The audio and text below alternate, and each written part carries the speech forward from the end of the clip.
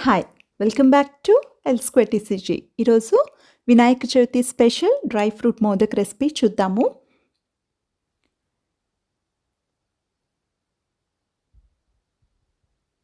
So, ఈ modak recipe నా దగ్గర మౌల్డ్ అయితే లేదు.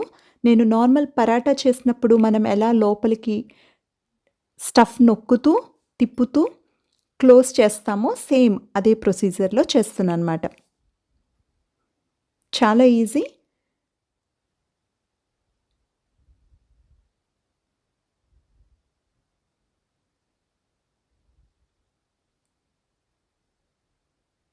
జస్ట్ మనం దగ్గరికి తేవడమే.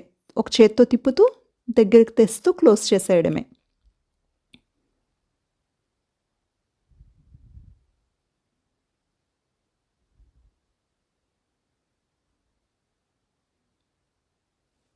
సో, నేనైతే ఈరోజు ఏ డ్రై ఫ్రూట్స్ యూస్ చేస్తున్నానంటే బాదం, అలాగే వాల్‌నట్స్ 2 50 గ్రామ్స్ తీసుకొని మినిమమ్ 5 అవర్స్ లేకపోతే ఓవర్ నైట్ నానబెట్టుకొని వాటికి తొక్కలు తీసేయాలన్నమాట. వాల్‌నట్స్ తొక్కలు మనకి కొంచెం కష్టం తీయడం. బట్ ఎంత వీలైతే అంత తీసుకోవాలి. అలాగే బాదం కూడా తొక్క తీసుకొని 2 పెట్టుకోవాలిమాట.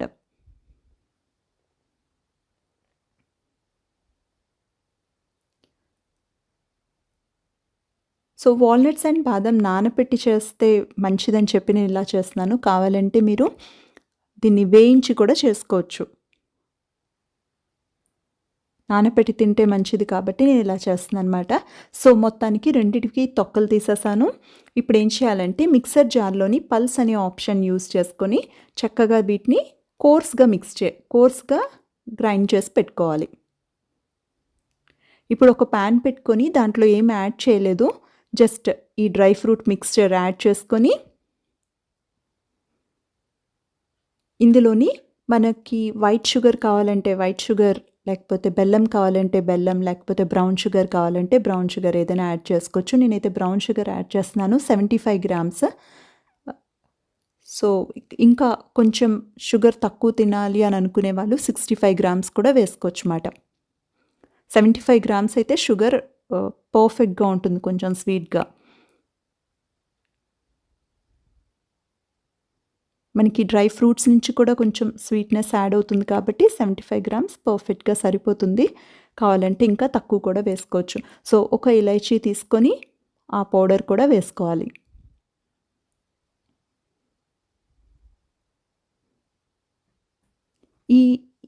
ఈ మిక్స్చర్ మనకి ఎక్కువ సేపు పట్టదనమాట. జస్ట్ 10 మినిట్స్ పడుతుంది. మనం షుగర్ యాడ్ చేసుకొని ఇలా తిప్పేటప్పటికి చక్కగా గట్టిగా అయిపోతుంది. ఇప్పుడు ముద్దలా అయిపోయింది కదా! సో, ఇప్పుడు మనం స్టవ్ ఆఫ్ చేసి దీన్ని చల్లారనిద్దాం.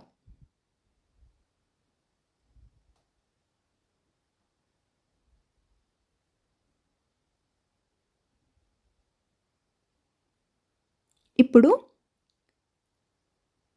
మనం రైస్ ఫ్లోర్ పిండి ముద్ద చేసుకోవటానికి ఏం చేయాలంటే ఒక గ్లా గిన్నె పెట్టుకొని అందులో 1½ స్మాల్ గ్లాసెస్ ఆఫ్ వాటర్ వేశాను. అలాగే ఒక పావు టీ స్పూన్ సాల్ట్. ఇందులోని పొడి బియ్యం పిండి సేమ్ అమౌంట్ ఆఫ్ పిండి వేసానమాట. అంటే 1½ గ్లాస్ ఆఫ్ వాటర్‌కి 1½ గ్లాస్ ఆఫ్ రైస్ ఫ్లోర్ వేశాను. ఇది నార్మల్‌గా ప్యాకెట్‌లో కొనిన రైస్ ఫ్లోర్ మాట.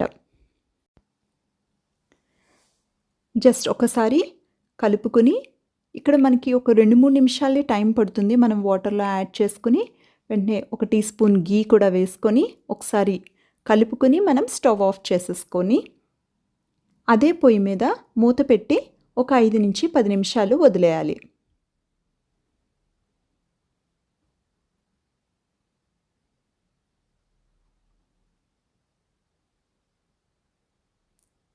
ఒక 10 నిమిషాలు పోయిన తర్వాత తీసి మన చేతుల్ని తడి చేసుకుంటూ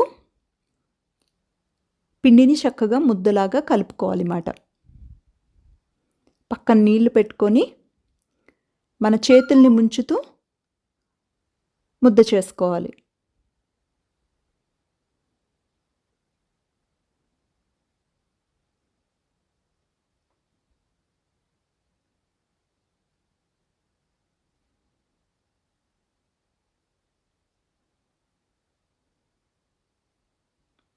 ఇప్పుడు మనకి రైస్ డో రెడీ అయిపోయింది.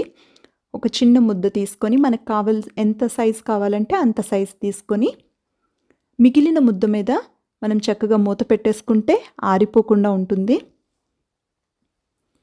ఇప్పుడు ఏం చేయాలంటే ఒక ప్లేట్లో కొంచెం రైస్ ఫ్లోర్ కూడా తీసుకొని మనం ఈ తిప్పుతో కదా షేప్ అవుట్ చేసినప్పుడు మనకి యూజ్ అవుతుంది. అలాగే గీ కూడా కావాలంటే యాడ్ చేసుకోవచ్చు.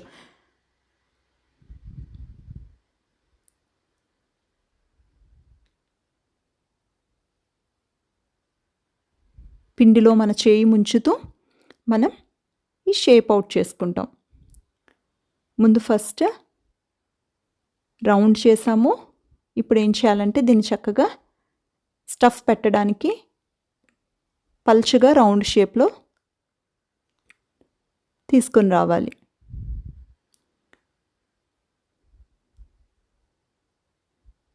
జస్ట్ పిండి అద్దుకుంటూ తిప్పడమే.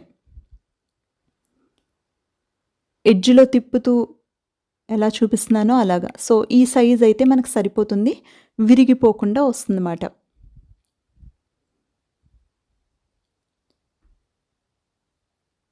సో ఇప్పుడు ఎంత స్టఫింగ్ కావాలో, మన మోదక్ ఎంత పెద్ద సైజ్ కావాలో దాన్ని బట్టి ఫస్ట్ మధ్యలో స్టఫ్ పెట్టుకొని దాన్ని లోపలికి నొక్కుతూ ఒక చేత్తో తిప్పుతూ ఉండాలన్నమాట. సేమ్ పరాటా చేసినట్టుగా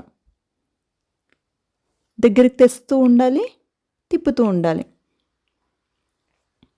అలాగే స్టఫ్ మొత్తం మనకి లోపలికి వెళ్ళిపోవాలి. సేమ్ పరాటా చేసిన ప్రొసీజర్లోనే చేయాలి.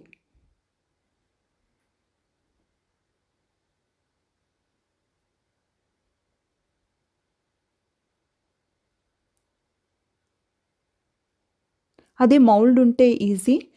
కావాలంటే మనకి చిల్లుడికాయ షేప్ ఉంటుంది కదా, రౌండ్గా చేసి స్టఫ్ మధ్యలో పెట్టి అలా అయినా చేసుకోవచ్చు. కావలసిన షేప్స్లో చేసుకోవచ్చు అన్నమాట. రౌండ్గా చేసుకోవచ్చు.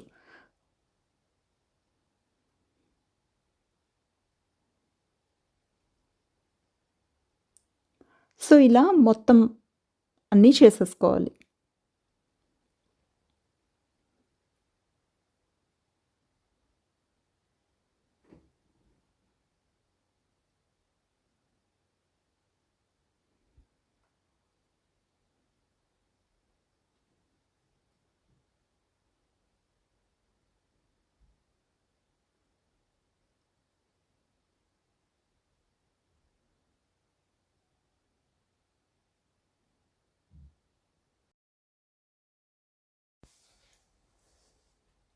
అలా మొత్తం అన్నీ చేసుకొని తర్వాత చక్కగా స్టీమ్ చేసుకోవాలి.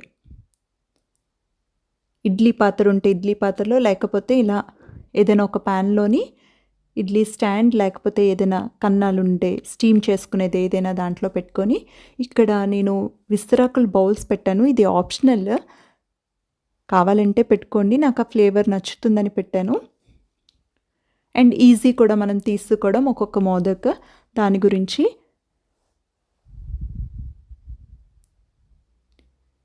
సో చక్కగా ఈ మోదక్స్ పెట్టి ఒక 10 మినిట్స్ మనం స్టీమ్ చేసుకుంటే సరిపోతుందన్నమాట.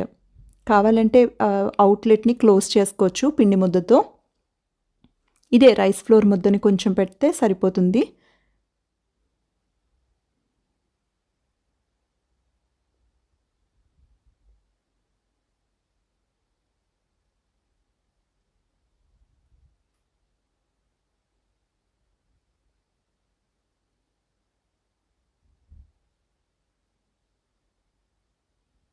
అంతే, మోదక్స్ రెడీ. ఈ రెసిపీ కానీ నచ్చితే లైక్ చేయండి. Thank you so much for watching.